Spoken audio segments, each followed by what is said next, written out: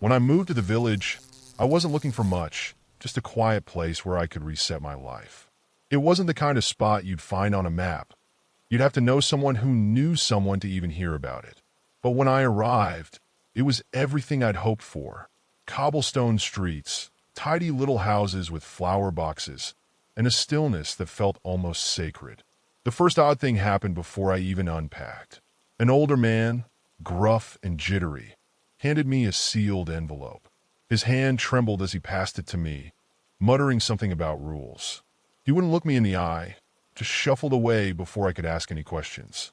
I remember standing there, confused, as the sun dipped low behind the hills, painting the village in an eerie, golden light. Inside the envelope was a single sheet of paper with a numbered list. 1. Lock all doors and windows by 2 a.m. 2. Don't leave personal items outside. 3.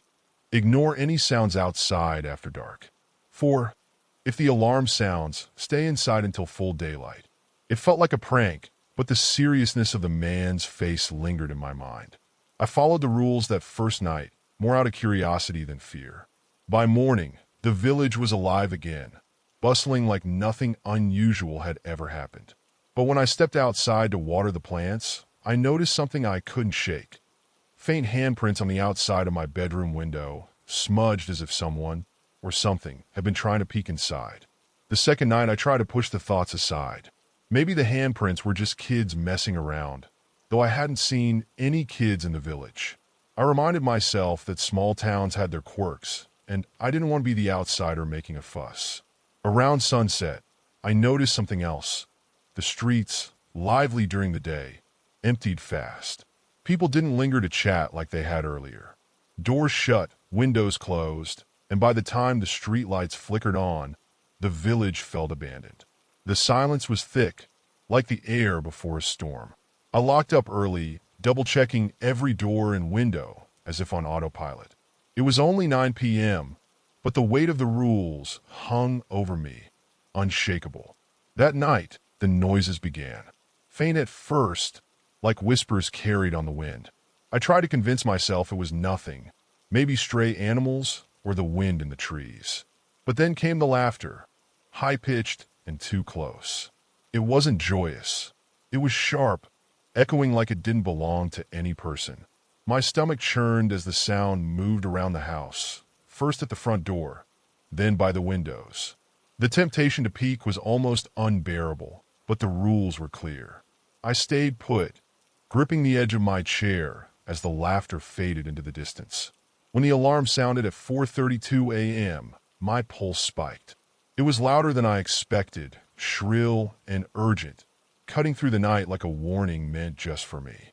The third night, I decided to test the boundaries, not because I was brave, but because curiosity got the better of me. I couldn't stop thinking about those sounds, the laughter and the handprints. What was out there? The villagers weren't giving any answers, avoiding me during the day with polite but evasive smiles. That evening, I left a mug on the porch just to see what would happen. By 11 p.m., the air inside the house felt heavier, oppressive. I double-checked the locks again, my eyes constantly darting toward the window, expecting something to appear. At 2 a.m., I heard it again, soft footsteps circling the house. My throat tightened as I remembered the mug. Then came a low, rhythmic tapping on the window nearest the porch. Tap, tap, tap. It wasn't frantic, but deliberate, like someone or something wanted me to notice. My skin crawled as the tapping continued for what felt like hours, but the clock showed only minutes had passed. I sat frozen, trying to convince myself it was just an animal, even though I knew better. When I finally built up the nerve to check the porch at dawn, the mug was gone. In its place, a small pile of dirt with a single flower stem sticking out of it. A token or a warning, I couldn't tell. The fourth night, everything escalated. I followed the rules strictly, locking up well before 2 a.m. and making sure nothing was left outside.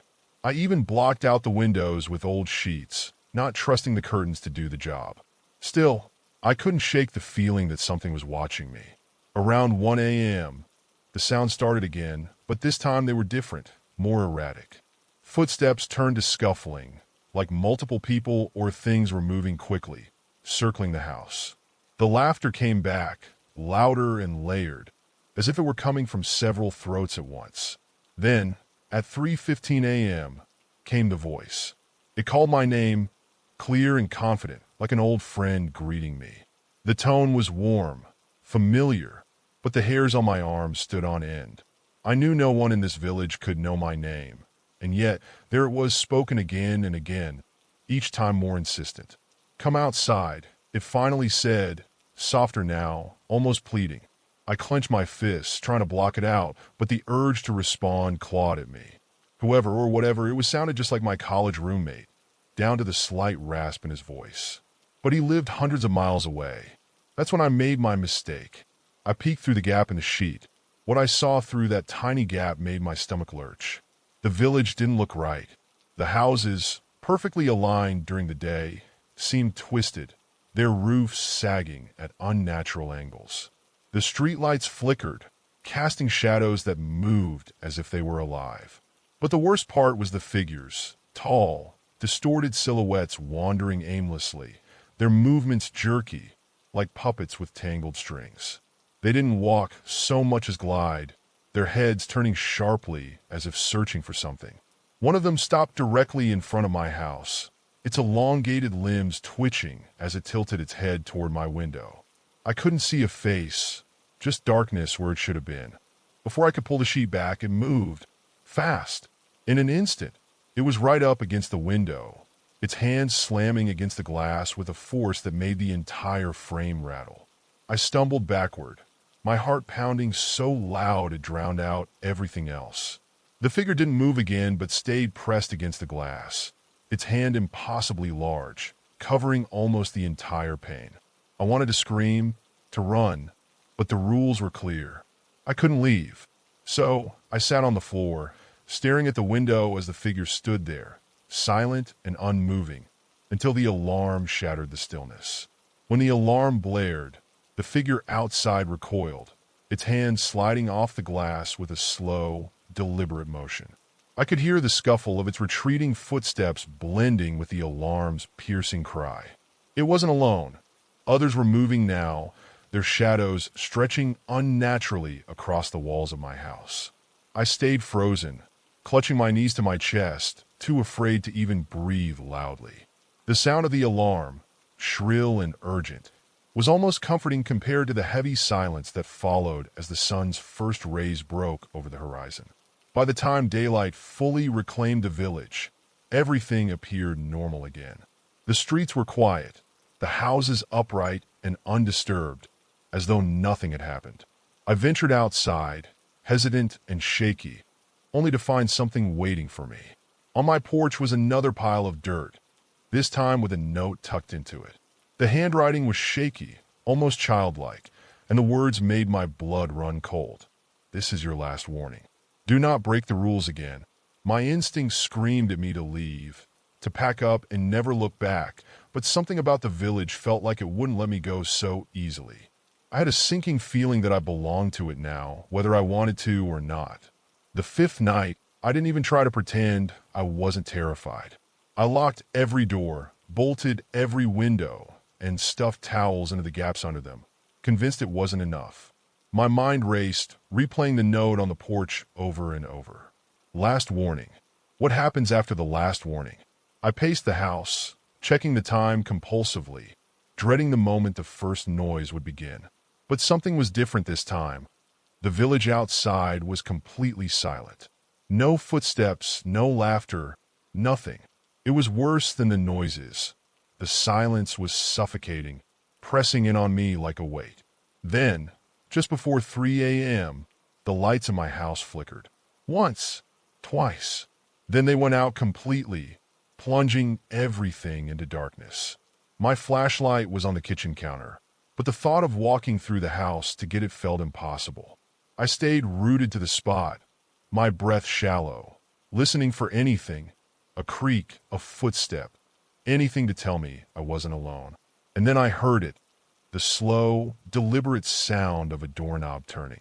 Not rattling, not forced, but a calm, steady twist. My chest tightened as I realized it wasn't one of the doors I had locked. It was the door to the basement. I couldn't move. The basement door creaked open, the sound dragging out longer than seemed possible, like it wanted me to hear every inch of it. My mind was racing. I hadn't even been down there since I moved in, and I knew for a fact I'd locked that door. The air felt colder now, and the faint smell of damp earth wafted up the stairs. I tried to convince myself it was just the house settling or a draft, but I knew better. Something was down there. The thought of it crawling out of the basement into my home made my stomach churn. Then came the sound of footsteps, slow and deliberate, moving up the stairs. Each step was deliberate, like it wanted me to know it was coming. I clenched my fists, trying to steady my breathing, but my body was trembling. When the steps stopped, I was sure whatever it was had reached the top of the stairs. The door to the basement slammed shut with a force that shook the walls. And in the deafening silence that followed, the only sound was my heartbeat thundering in my ears. I didn't dare move, and that's when I heard it. The scraping sound of something being dragged along the floor, heading toward me. The scraping sound got louder, closer, and I couldn't bring myself to turn around. My body was frozen, locked in a state of primal fear. It wasn't hurried or frantic, just steady, deliberate. The sound stopped a few feet behind me, and then came a voice, low and guttural, yet disturbingly human. "You don't belong here," it said, each word dripping with menace. My heart felt like it would burst out of my chest. I finally turned, but there was nothing there, just the dark hallway stretching toward the basement door, which was now slightly ajar. I scrambled for the flashlight in the kitchen, my hands fumbling as I clicked it on. The beam cut through the darkness, but it didn't make me feel any safer. The floor, where I'd heard the scraping, had long, shallow scratches that trailed back to the basement door. My instinct screamed at me not to approach it, but I couldn't stop myself. I had to know if it was still down there. When I reached the door, I pressed my ear to the wood, holding my breath. At first, there was nothing. Then faintly I heard it again, the laughter. It was muffled, as though coming from deep underground, but it was there, sharp, mocking, and somehow more sinister than ever before. I backed away from the basement door, flashlight shaking in my hand, my mind racing with a single thought: I need to get out of here. But the moment I turned toward the front door, I froze. The windows were filled with shadows, tall, unmoving figures standing just beyond the glass. Their silhouettes didn't sway or shift, but their presence was suffocating. I couldn't make out any faces, just the outline of those impossibly long limbs. They were waiting. For what? I didn't want to know. The alarm blared suddenly, cutting through the oppressive silence and jolting me out of my paralysis. I staggered backward, the sound ringing in my ears as the shadows outside began to move. Slowly at first, then faster, circling the house like vultures. The glass rattled as they pressed against the windows, their movements frantic, almost angry. The rules echoed in my mind: don't look outside, don't open the door. I clung to them like a lifeline, backing into the farthest corner of the room and clutching the flashlight like it was a weapon. The figures pounded on the windows now, the noise relentless, the shadows writhing like they were trying to tear their way in.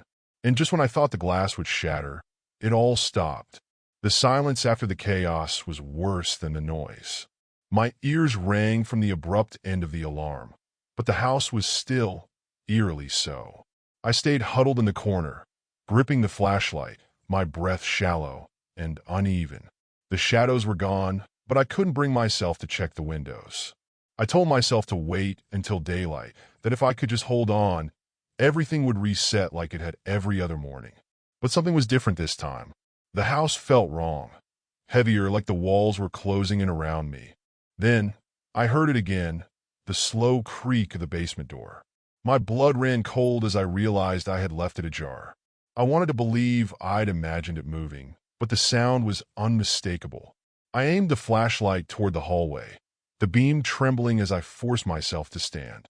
The door was wide open now, and at the edge of the light, I saw it, something impossibly tall and thin, its limbs contorted in ways that defied logic. It didn't move toward me. Instead, it crouched, folding its body in unnatural angles, and spoke in that same guttural voice. Morning is too far away. I couldn't breathe. My legs buckled, and I dropped to the floor, the flashlight slipping from my grasp and spinning uselessly on the ground. The beam cut across the hallway, catching glimpses of its twisted form as it began to crawl toward me. Its movements were deliberate, each limb cracking as it shifted forward. My body screamed at me to run, but there was nowhere to go. The windows were still intact, but I didn't dare get close to them, not after what I'd seen earlier. All I could do was retreat further into the corner, as if the shrinking space would somehow save me. And then it stopped, right in the middle of the hallway, inches from the flashlight's edge. It tilted its head, listening, as if it had heard something I couldn't. For a moment, I thought it would leave, but instead, it leaned forward, its elongated fingers stretching toward the flashlight.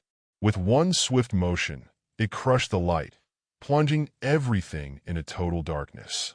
My heart felt like it would burst as I braced for whatever was coming, but nothing happened. The silence stretched on endlessly until, without warning, I heard the familiar blare of the alarm again. My eyes darted to the clock. It wasn't dawn yet. Something had triggered it early. The alarm shriek echoed in the darkness, a sharp reminder of the rules I'd broken. I couldn't see anything, but I felt it, an oppressive presence lingering in the hallway. My chest tightened as I forced myself to crawl toward the faint glow of the living room window, desperate for any sign of daylight. My fingers scraped against the floor, and my breaths came in shallow gasps as the alarm continued its relentless cry. Then, the laughter returned, closer, louder, and overlapping like a chorus of voices mocking my every move. When I reached the window, I hesitated. Pulling the curtain back would mean looking outside, breaking the rule once again, but I needed to know. Trembling, I peeked through the edge, expecting to see the village, the rising sun, or even the distorted figures from earlier. But there was nothing, just an empty, endless expanse of gray. The houses, the streets, the people, it was all gone. My home stood alone, suspended in some featureless void. The realization hit me like a punch to the chest. The village wasn't coming back, and neither was morning. I stumbled back from the window, my mind racing as I tried to process what I was seeing or not seeing. The alarm cut off abruptly, plunging everything into an unbearable silence. My ears rang in the absence of sound, but the oppressive presence hadn't left. It was still there, in the darkness, watching, waiting. I forced myself to stand, gripping the wall for balance, and made my way toward the front door. My only thought was to get out, even if there was nowhere to go. But when I opened the door, it wasn't freedom waiting on the other side. The porch was still there, but it wasn't connected to anything. Beyond it stretched the same featureless gray expanse. And there, on the wooden steps, was another envelope. My hand shook as I picked it up, the familiar wax seal staring back at me like a cruel joke. I ripped it open, barely able to breathe, and read the single sheet inside. The list of rules was longer now, with new, more specific instructions, things I didn't even want to imagine breaking. At the bottom, one line was underlined in bold. Now you belong to the night. I dropped the paper and stepped back inside, locking the door behind me out of instinct. But deep down, I knew it didn't matter. Morning wasn't coming, and neither was the village.